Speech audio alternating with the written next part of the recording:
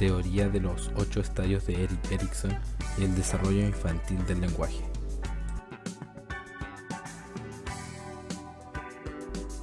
Erik Erikson fue un psicoanalista, discípulo de Freud, de origen alemán, destacado por su aporte a la psicología del desarrollo.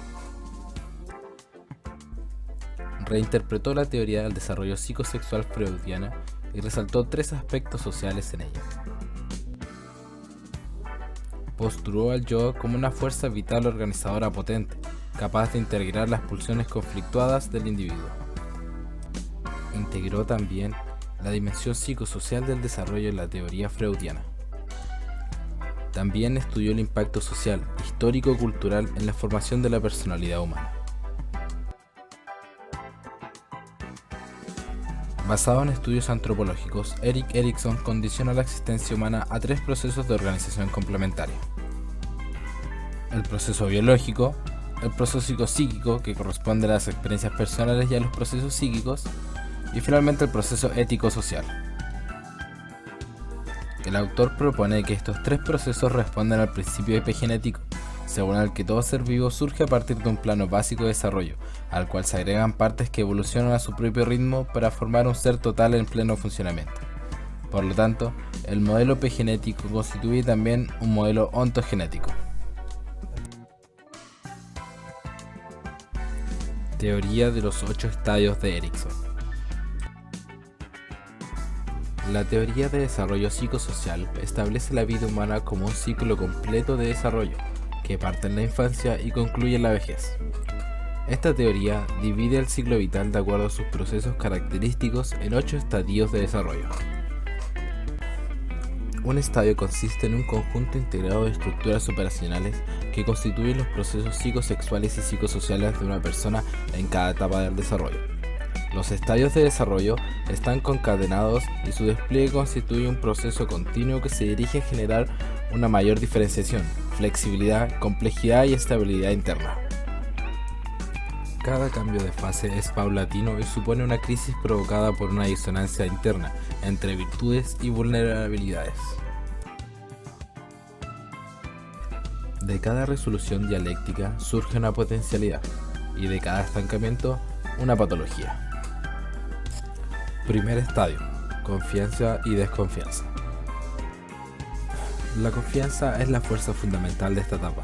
Surge de la certeza interior de ser acogido y del bienestar físico que le es proporcionado. Por el contrario, la desconfianza básica surge a medida que el niño se da cuenta que nadie responde a sus necesidades, ante lo cual se siente abandonado, separado y confundido acerca de sí mismo, los otros y el significado de la vida. La resolución positiva de esta etapa constituye el sustrato de la dimensión espiritual de la vida, condicionada en ritualizaciones significativas y reconfortantes para el individuo. Tales condiciones darán lugar a una experiencia religiosa.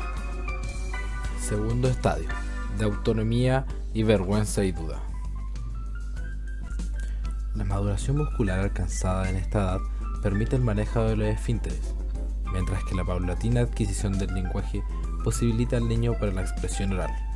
Tales condiciones físicas sustentan la búsqueda de autonomía, es decir, la autoexpresión de la libertad física y verbal. En tal proceso es necesaria la orientación y la ayuda de otros para aprender a regular los propios impulsos y gestionar la propia libertad. De no ser así, el descontrol puede producir vergüenza y duda sobre sí. La resolución positiva de esta etapa consiste en un justo equilibrio de las fuerzas, mediante el cual surgirá la conciencia moral y la noción primaria de justicia a través de la cual el niño aprenderá a discernir. Tercer estadio: iniciativa versus culpa y miedo. Caracterizada por el aprendizaje sexual, junto con el perfeccionamiento del lenguaje y la habilidad motora. Estas capacidades predisponen a la identificación de género y al complejo de Edipo. También sustentan el aprendizaje cognitivo y afectivo. La culpa es la fuerza distónica que surge del fracaso en el aprendizaje de estas 3 áreas, lo cual evidentemente acarrea una sensación de temor a enfrentarse a los otros en estos 3 contextos. El equilibrio entre la iniciativa, la culpa y el miedo sustenta la conciencia moral a partir de los valores internalizados de acuerdo a los prototipos ideales representados por los adultos significativos y la sociedad. Esta triada es esencial para resolver el complejo etípico. Cuarto estadio: industria versus inferioridad. El niño comienza a desarrollar habilidades para el aprendizaje cognitivo, la iniciación científica y tecnológica, con el fin de la formación del futuro profesional, la productividad y la creatividad. La escolaridad supone que el niño aprenda de manera sistemática. Para eso debe ser seguido por la escuela, su familia y la sociedad, para que sus labores sean llevadas con autonomía, libertad, calidad y creatividad. De no ser así, surge el sentimiento de inferioridad existencial e incapacidad cognitiva. Quinto estadio: identidad versus confusión de roles. Se inicia este periodo con el rápido crecimiento del cuerpo y la madurez psicosexual. Dicha función de la integración psicosexual y psicosocial se manifiesta en los siguientes aspectos: identidad psicosexual identificada en la figura de lealtad y confianza que será el compañero de vida, asunción de un sistema de valores categorizados ideológicamente, identidad psicosocial provocada por el involucramiento en asociaciones y movimientos sociales, identidad profesional a través del discernimiento profesional, identidad cultural y religiosa por inmersión en sus prácticas. La fuerza histónica es la confusión de identidad y la incertidumbre de su formación. El adolescente busca pertenecer a un grupo de pares, como en busca de sintonía a nivel afectivo, cognitivo y comportamental, para superar la desconfianza y establecer relaciones estables y leales. De modo que la identidad del adolescente se consolida a través de la fidelidad y de la fe. Sexto estadio: intimidad versus aislamiento. Momento de genitalidad que consiste en que es posible desarrollar una vida sexual saludable con quien compartan confianza a través de los siglos de la vida. La intimidad es la fuerza sintónica que lleva al joven adulto a encontrar a una persona del otro sexo el amor de un compañero y a desarrollar su ética para ser fiel a sus lazos amorosos sin compromisos laborales y afiliativos. La contraparte de la intimidad es el aislamiento afectivo expresado en el individualismo, el egocentrismo sexual y psicosocial. Séptimo estadio: generatividad versus estancamiento. El cuidado de otros, la productividad profesional invertida en el bienestar de los otros, especialmente hacia los hijos, es la fuerza básica de esta etapa, ya que en esta se desarrollan las virtudes del cuidado y el celo. La no resolución de la crisis significativa, el estancamiento, representa una regresión psicosocial acompañada de una compulsión por la pseudo-intimidad, dada por un sentimiento de incapacidad germinativa. Séptimo estadio: integridad versus desamparo. La persona se integra a la luz de la experiencia adquirida, lo cual significa la aceptación de sí, su historia y su desarrollo, integración emocional de las fuerzas sintónicas, vivencias del amor universal como hilo conductor de su vida, sentimiento de la contribución a la humanidad, confianza en sí o en los elementos, especialmente en los jóvenes. Se siente como un buen modelo de vida. La falta de integración genera un sentimiento profundo de desamparo, con ausencia de sus valores que puede derivar en el dogmatismo.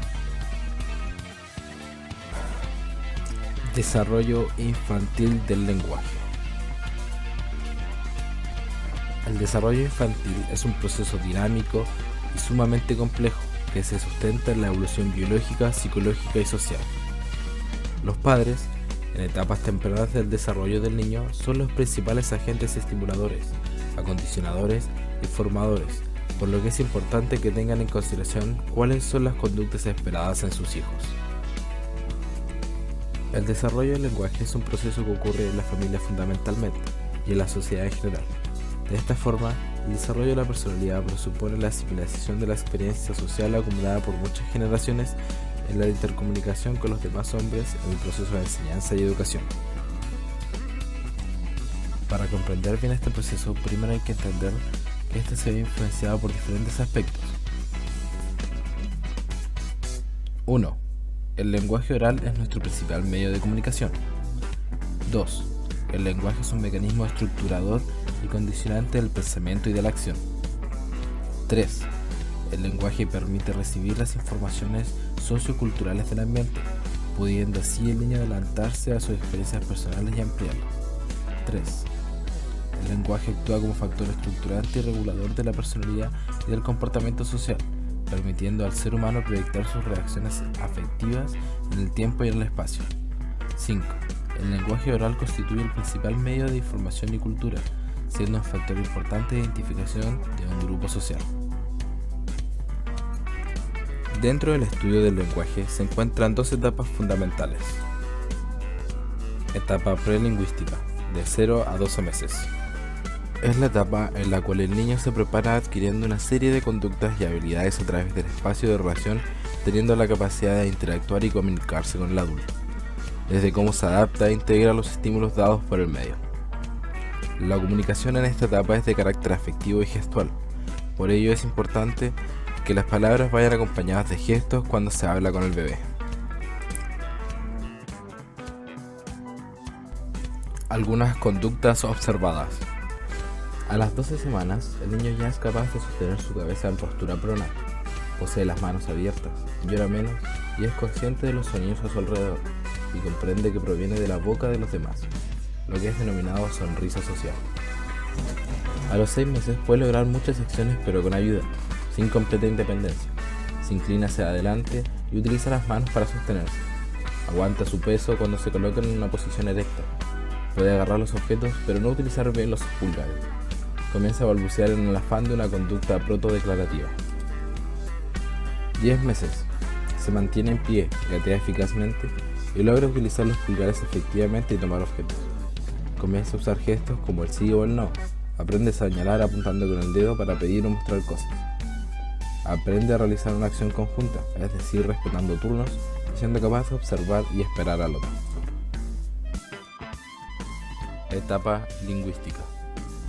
Comienza desde la producción de la primera palabra y en adelante será mucho más fácil aprender más. Comprenden que usar el lenguaje como una herramienta capaz de reconocer la realidad. 18 meses. Posee un repertorio de a lo menos 50 palabras. Reconoce partes del cuerpo y logra mantener la atención en lo que se le habla. Sus expresiones son del tipo de holofrase, es decir, usa una pura palabra para explicar un amplio concepto que se apoya mediante el lenguaje gestual. 2 años. Entra en la fase sintáctica, es decir, aprende a formar frases. Maneja aproximadamente 50 palabras referentes a objetos que lo rodean, nombres, comidas, juegos, etc. Es común la colalia, es decir, repetir la palabra que emite su interlocutor. Aumenta el interés de la conducta comunicativa. 30 meses. Se frustra cuando los adultos no lo entienden. Su vocabulario aumenta fácilmente. Su gramática es singular, pues rara vez son similares a la de los adultos. Comienza a manejar palabras abstractas. 3 años. Se interesa en las explicaciones, el porqué de las cosas y cómo funcionan. Logra relatar experiencias recién pasadas en forma correcta y en el tiempo correcto. El vocabulario es de aproximadamente de 1000 palabras. La complejidad de sus oraciones es semejante a la de los adultos. A esta edad se pueden encontrar tempranamente los trastornos del lenguaje, lo que deben tratarse de forma precoz para un mejor pronóstico. 4 años. Mayor curiosidad por conocer el significado de las palabras. Los niños comienzan a pensar en su propio lenguaje y hablan solos. Lenguaje bien establecido, aunque varían en la articulación gramática. Comienzan a estructurar discursos narrativos completos. 5 años. Perfeccionamiento del lenguaje. Vocabulario amplio, sin errores gramaticales y discurso narrativo mejorado. Signos de alerta en el desarrollo del lenguaje. El correcto desarrollo del lenguaje depende del niño y de las personas que lo rodean, por lo que es importante no dejar de lado las siguientes bases de sustentación del lenguaje. Condiciones anatómicas y fisiológicas. Evaluación de reflejos, desarrollo motor en el primer año que nos puede indicar la existencia de un retraso madurativo que pueda devenir en retrasos del lenguaje.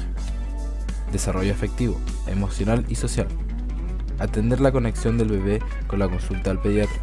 Respuestas del niño ante juegos circulares. Relaciones con los otros de su edad y con los adultos.